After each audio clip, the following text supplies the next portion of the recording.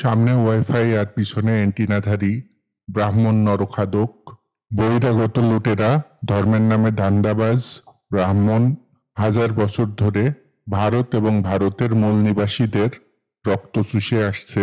এইসব ব্রাহ্মণ নিমক হারাম, হারামখোরের আখড়া, মন্দির এবং মূর্তি কে ভাঙে?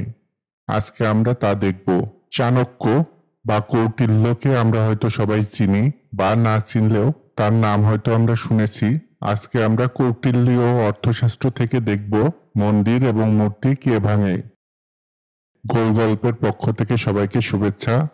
গোল গল্প চ্যানেলে নতুন হয়ে থাকলে চ্যানেলটি সাবস্ক্রাইব করুন, লাইক, কমেন্ট এবং শেয়ার করে সাথেই থাকুন। কৌটিল্য অর্থশাস্ত্র অধ্যায় ৫ অনুচ্ছেদ ২। এখানে বলা হচ্ছে, অথবা বণিকের বেশধারী গূঢ় পুরুষ বিক্রয়ার্থ অনেক পণ্যদ্রব্য ও অনেক সহায়ক কর্মচারী সঙ্গে লইয়া ক্রয় বিক্রয় ব্যবহার আরম্ভ করিবে। যখন সে পণ্যের অনেক মূল্য সঞ্চয় করিবে এবং তাহাকে বিশ্বাস করিয়া তাহার নিকট অন্যেরা নিক্ষেপ বা টাকা আমানত রাখিবে এবং বৃদ্ধির জন্য তাহাকে প্রয়োগ বা টাকা ধার দিবে এবং সেই কারণে সে অত্যন্ত ধনাধিকারী হইয়া বসিবে, তখন রাজা রাত্রিতে তাহার সেই উপচিত ধন চুরি করাইবেন, অর্থাৎ তদ্বারা নিজ কোষ আংশিক বৃদ্ধি করাইবেন। এই প্রকারে সরকারি মুদ্রা পরীক্ষক ও রাজকীয় সুবর্ণ কর দ্বারাও রাজা রাজকোষ সমৃদ্ধি করাইবেন, অর্থাৎ রূপদর্শক ও সুবর্ণকারের নিকট যথাক্রমে পরীক্ষার্থ রক্ষিত মুদ্রা ও অলঙ্কারাদি নির্মাণের জন্য রক্ষিত সুবর্ণাদি দ্রব্য রাজা রাত্রিতে চুরি করাইবেন, তাহাও ব্যাখ্যাত হইল।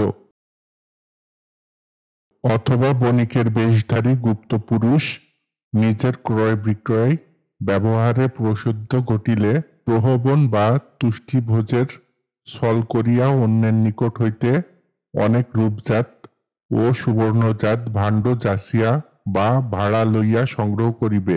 সমাজ বা বহু লোকের সমাগমে নিজের সমস্ত পণ্যভাণ্ড দেখাইয়া নগদ টাকা ও সুবর্ণ ঋণরূপে গ্রহণ করিবে এবং নিজের বিক্রয় দ্রব্যের মূল্য ও দ্রব্য সরবরাহ করার পূর্বেই গ্রহণ করিবে।